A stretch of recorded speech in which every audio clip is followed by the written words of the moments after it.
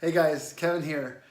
Intuition, such a mysterious subject. I'm sure you guys have heard people talk about it before, and I want to share my thoughts with you on what that is because I always encourage my clients to get in touch with their intuition. It's super important. Your intuition is like your inner GPS.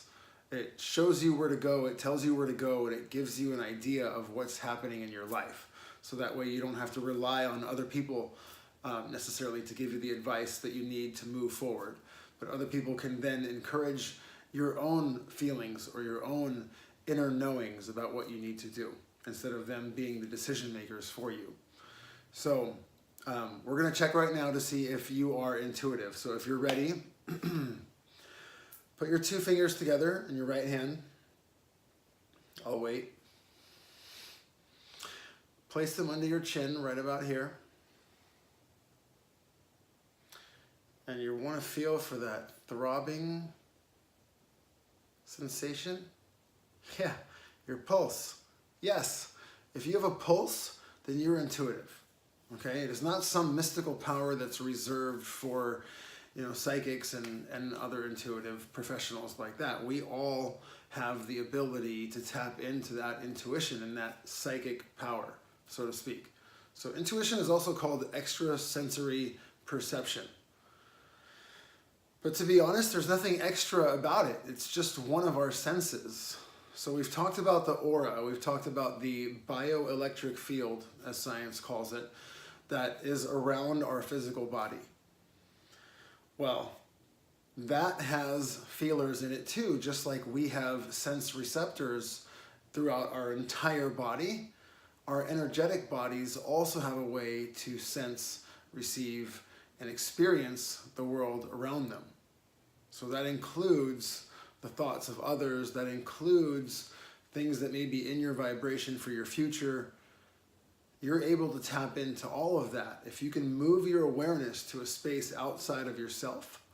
And usually intuition, this is the way that it's usually described to me for my clients. So this is what I tell my clients is that intuition comes in most clearly when your mind is quiet. And what my guides and angels used to show me for my clients is that we have a crown chakra. So we have this like funnel that goes up from the crown of the tip of our head, our crown, up and opens up to the heavens.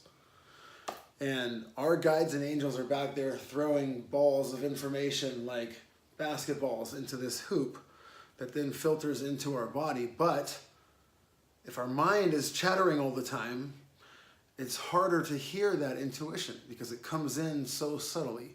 It comes in like a whisper. So often I get to tell my clients also, listen for the whisper. So if you train your ears to listen for the whisper, you're going to shut the chattering mind off. You're going to make an intention to shut the chattering mind off so that you can hear the whisper.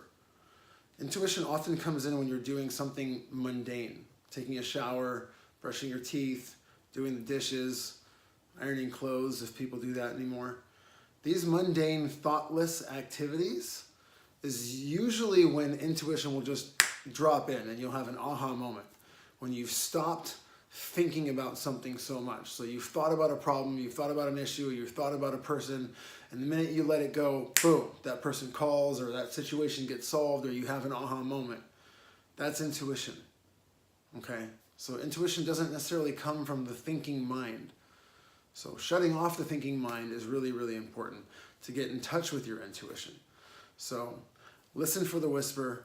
Know that it's not an extrasensory perception. Quiet the mind. Bring your awareness to a space outside of yourself through meditation or other practices. And you'll see that you're very, very intuitive. And you'll start to get little hits and hints here and there, and other people will start to confirm your intuitive feelings or notions, okay? Intuition, just real quick, let's break down the word. Intuition, like inward. It's an inward knowing or an inward perception. So it's almost as if, this is the way it was described to me earlier today, because I was asking how would I do this for my video. And they said it's a physical perception of a non-physical energy. Okay? So it's something in the non-physical realm that we perceive physically, whether we perceive it in our mind or in our gut or in another sense, whether our physical eyes, our ears, right, or we're able to feel or touch it ourselves. Either way, it's something that we're able to experience physical, but it comes from the non-physical, okay, that we're able to experience inside of us. So I hope that helps. Leave comments below if you have any questions or what have you, and I hope that you guys are enjoying this material. Please subscribe below. I think the button's down there somewhere.